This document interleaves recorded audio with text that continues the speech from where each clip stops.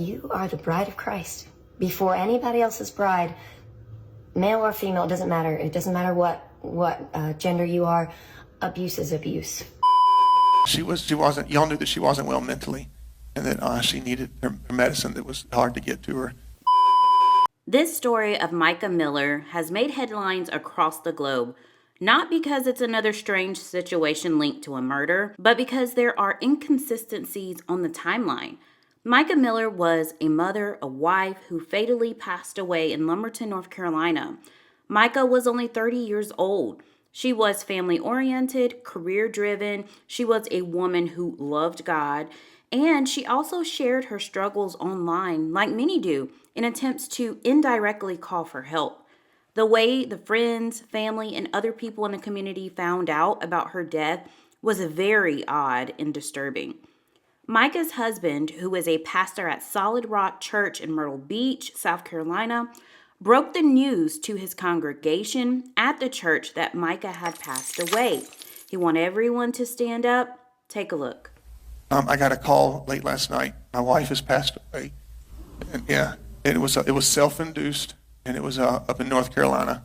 And we're going to have a funeral for her next Sunday here at 3 p.m. The strange thing that I find about this video is that he's able to stand to his feet in front of a congregation of about, let's say, 100 people, nonchalant, explains what happened and explains his wife's mental illness and not break down.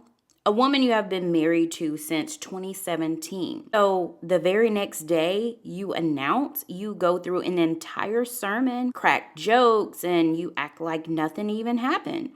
What makes this story so puzzling is that Mica filed for divorce 6 months prior to her death in a no-contact order for her husband, according to family. Mica's family and friends are not convinced that Mica died from unaliving herself, as Paul claims. And here's why. Days before her death, Mica made a video before her passing on her Facebook page stating that her life has been kind of crazy the past couple of weeks, months, and years, and she's had to keep her circle small. She's wanting to share that she hopes the church will continue to stay strong, and she wishes that she could worship again with everybody, but she states that she's trying to get her priorities straight right now.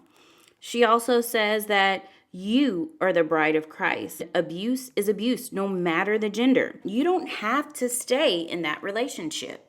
Mica's sister spoke out on Facebook after hearing the announcement from John Paul, and she states that her family has not had time to grieve because they've been busy seeking justice.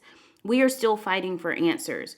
She also puts in a post, I want to set the record straight. Our sister Mica passed away yesterday. Please do not listen to false stories being shared about her. She was a God-fearing, joyful, loving woman who did not deserve the abuse she endured. Keep our family in your prayers. Here's where things get really upsetting. Just a couple of days after announcing the death of Mica, John was spotted out with another woman named Susie Skinner, who was also in the same position that he was. She lost her husband back in 2021. Susie addressed the photo and said that out of respect for the family, she will not be discussing Mica. This is supposed to be a man who just lost his wife and now he's out and about with another woman. Now, I'm not one to judge anyone on how they mourn or how they grieve, but hanging out with a female friend who ironically lost her husband the same way as Mica and laughing and smiling, having a good old time, is not exactly convincing that there is any mourning going on.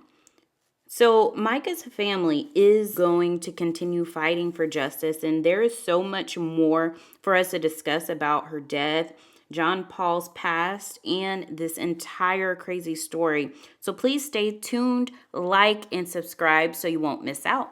Bye for now.